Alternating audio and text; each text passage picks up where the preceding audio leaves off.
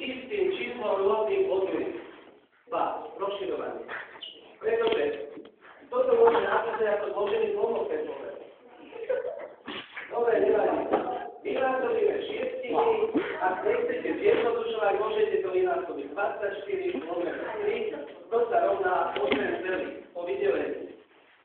Druhý vynásobíme, keďže jedna polovica krát 6 rovná sa 6 polovic a to sa rovná 3 celé.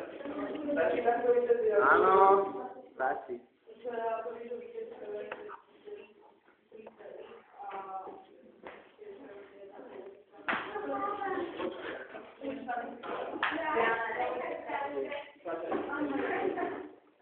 Takto, teraz sa jedna odpoveď.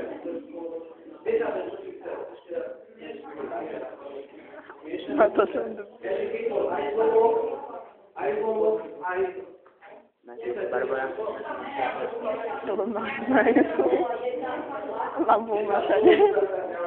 Také rozličí nebolo, že? Tečku, ktorý môžeme ísť na to.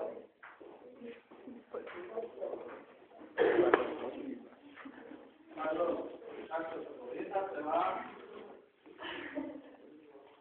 2/3. Ideme na to. Takto si myslel. Dobre. Áno, presne. Veľmi nevrátne by ste riešili, keby ste chceli z toho urobiť, keby to bolo desatinné číslo, to je ťažké, pretože dajme tomu na desatinné číslo. 1,2. Ja. Približovala. Ku 1,7 dajme tomu, rovná sa, rozšírim desiatiny a dostane 12 ku 7.